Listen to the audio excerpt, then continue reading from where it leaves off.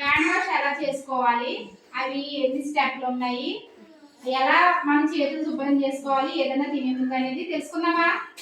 Okay, రెడీనా? ఇప్పుడు నిహర్షి చేస్తుంది.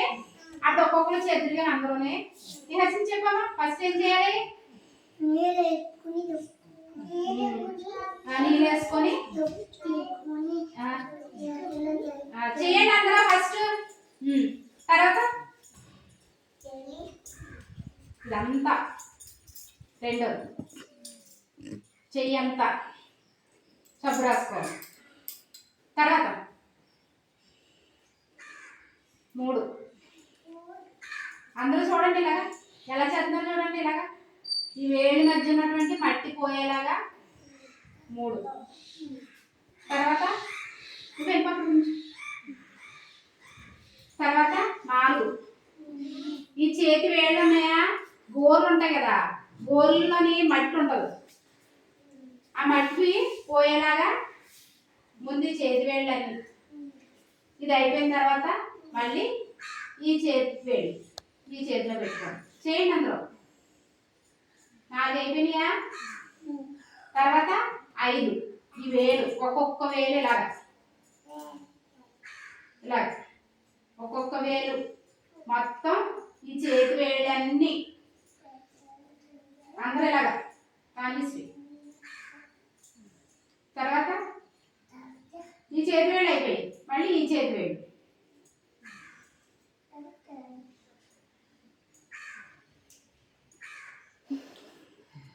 చేస్తున్నారు అందరూ. 5 అయిపోయినాయి. 5 అయిపోయాయి కదా.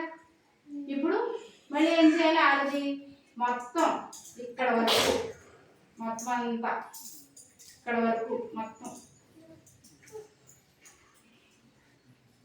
అయిపోయిందా?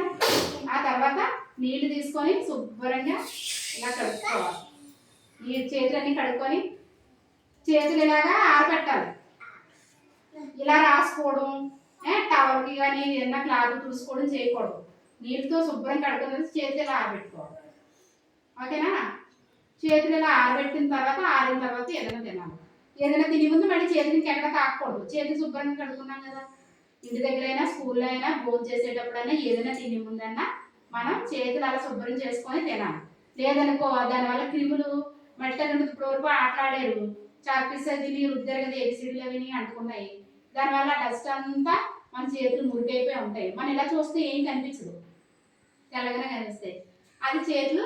అందుకని మనం శుభ్రంగా క్లీన్ చేసుకొని ఆ తర్వాత ఏదన్నా తినాలి. లేదనగా ఈ క్రిములతో తినేసామనుకో, ఈ చేతులు ఉన్నటువంటి మురుకు చూసుకోకుండా అలా తినేసామనుకో, ఈ మురుకు అంతా మన కడుపులో పోతుంది. కడుపులో పోవడం వల్ల మనకి అనారోగ్యం, వాంతులని, విరేచనాలని, జ్వరం అని అలాంటి రోగాలన్నీ వస్తాయి. అర్థమైందా? అందుకోసమే అందరూ చేతులు శుభ్రంగా కడుక్కున్న తర్వాతే భోజనం అన్ని ఏదైనా తినాలి. సరేనా?